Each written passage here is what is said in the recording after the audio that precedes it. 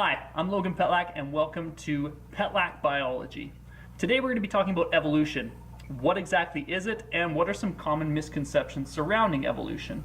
Because apparently in Canada, according to a 2012 study, only 61% of Canadians believe in evolution. And as we're going to kind of address, is evolution really something that is up for belief or opinion necessarily? Enjoy.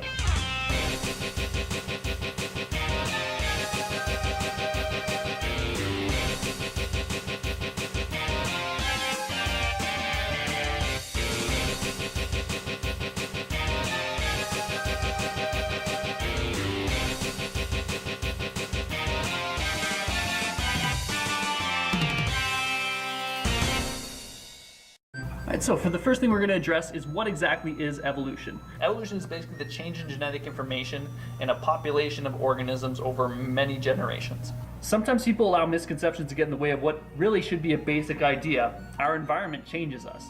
So one misconception in evolution is basically that idea that humans evolved from monkeys. So to address it, maybe humans didn't come exactly from monkeys, but monkeys and humans have enough similar things in their nucleotide base pairing makeup or genetic code that they're more than likely have some sort of common ancestor. And mind you, we have a common ancestor with alligators and with amoebas. Amoebas is what I was trying to say there, and even with bacteria. How do we know that, or how do we infer that, is we look at some of the evidence of evolution, which we're not addressing today, but if you're interested, click on the link and you can check it out. I think sometimes it's hard for us to kind of consider what all the things that happen with evolution are, because evolution occurs over many generations, and it occurs so subtly in our lifetimes that it's hard for us to actively observe or see as it happens. You'll just see one parent, hey, mom and dad both have brown hair, look at that, kid also has brown hair. And for us, it isn't necessarily something that we see as like, oh yeah, the genetic makeup of the population has changed over time. It's just, no, yeah, it's their kid, obviously they're gonna look like their parents. But when talking about evolution, that's kind of the idea behind it. Certain traits may not be as successful, and they don't get to reproduce as a result, and that effectively changes the population. Individuals evolve. So what I want you to try and do right now, here's an activity for you, is I want you to try and evolve yourself a set of wings right now. Go ahead, I'll try too.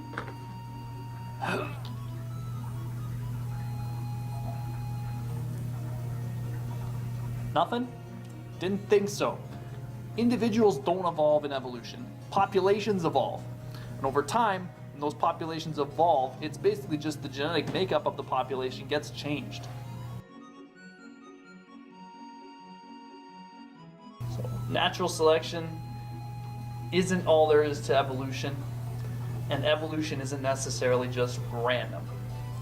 We could talk about migration or mutations or genetic drift as well. There are other aspects that influence evolution. And when talking about evolution being random, well, the cause of change in a population might be random. The individuals that survive isn't necessarily by accident. It's because certain traits put them in a better position to do so. What do I mean? Let's do an activity to find out. All right, everybody come over here. There's one.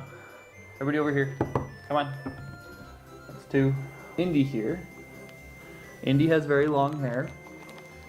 Get over here. Okay.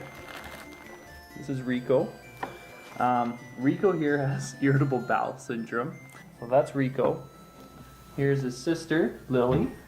Bitsy dark fur, a little bit thicker fur than the two cats. The activity that we're going to do is basically a natural selection activity using cats. And if you don't have 4 cats, then you can use friends, people in your classroom, people in your household, whatever you want to do, that's what you can use for this.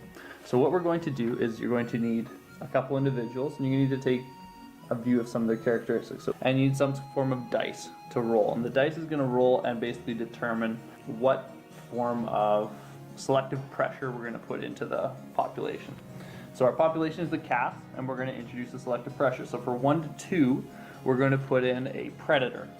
And if I roll a 3 to 4, it's going to be a change in climate. And if I roll a 5 to a 6, it's going to be a new food.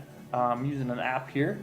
We'll give it a roll and we'll see what happens. So I roll and I got a 6. So therefore, I'm introducing a new food that will be exclusively eaten in the household.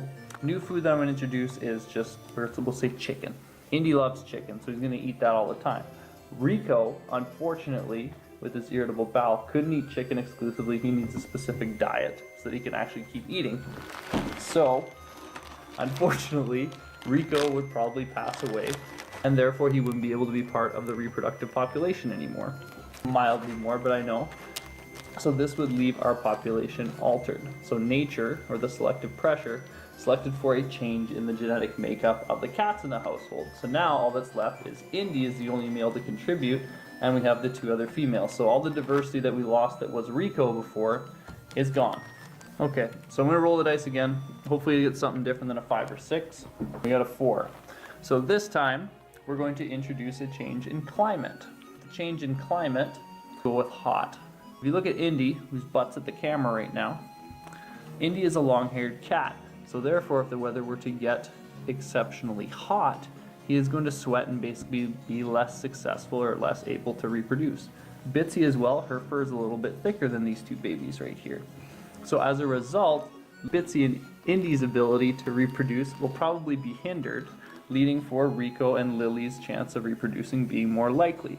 So once again, the selective pressure is climate, or a change in the climate, and as such, the 2 that are best adapted for that change are more likely to reproduce, changing the genetic pool in the population, because only these 2 are going to get to pass on their genetic information, and Indy and Bitsy, unfortunately, might not get to. So hopefully that makes sense. So if you were to introduce that into your population yourself, if you weren't using cats, you just basically need to come up with some sort of thing. So a change in climate, hot, cold, wetter, drier. Change in food, is it going to be meat-based? Is it going to be veggie-based? What's going to be the difference? How do people's digestive systems respond to that? And then if you're going to go with the other one, introducing a predator, what is going to be the best way to adapt to a situation? Are some of them exceptional runners? Are some of them better at fighting? If they fight, then maybe if they're not good, maybe they're not adapted to survive as well. So, good luck with the activity if you give it a try. If you don't think this activity is good, feel free to give me a comment below. Alright, are we good? We'll go back. So once again, coming back to natural selection, while the selective pressure, or the thing that caused selection to take place, or something to get pressure to survive, while the selective pressure was random in the activity, the result, or who survived, makes sense given what was imposed in the environment. Evolution explains the origins of life. Sorry, because it's talking about how how organisms have changed over time, not how they first came into existence. So when talking about Charles Darwin's book, The Origin of Species, he's talking about how new species came to be from other existing species. Next misconception is evolution is just a theory. So one of the issues with that is theory kind of gets used in common language as something that's just an idea. There's nothing really to back it up. But in science, theory actually has a lot of weight to it. So for the person who's sitting there thinking, I don't believe in evolution because it's just a theory, when they make it a law, then I'll buy into evolution. Sorry, you're going to be waiting for a long time. It's never going to be the law of evolution. Because a law in science basically is just a statement of a phenomena in nature, whereas a theory provides an explanation for that phenomena in nature. So it's never going to be evolution the law. It's always going to be the theory of evolution. And when using it as a theory in science, it means there is a large wealth of evidence and information conducted by unbiased people, or people from around the world with reputable and repeatable experiments that would back up the idea behind evolution. Coming back to why evolution is important, basically we can look at it from a medical perspective. So something that may work as a medicine for some mammals may also work for humans.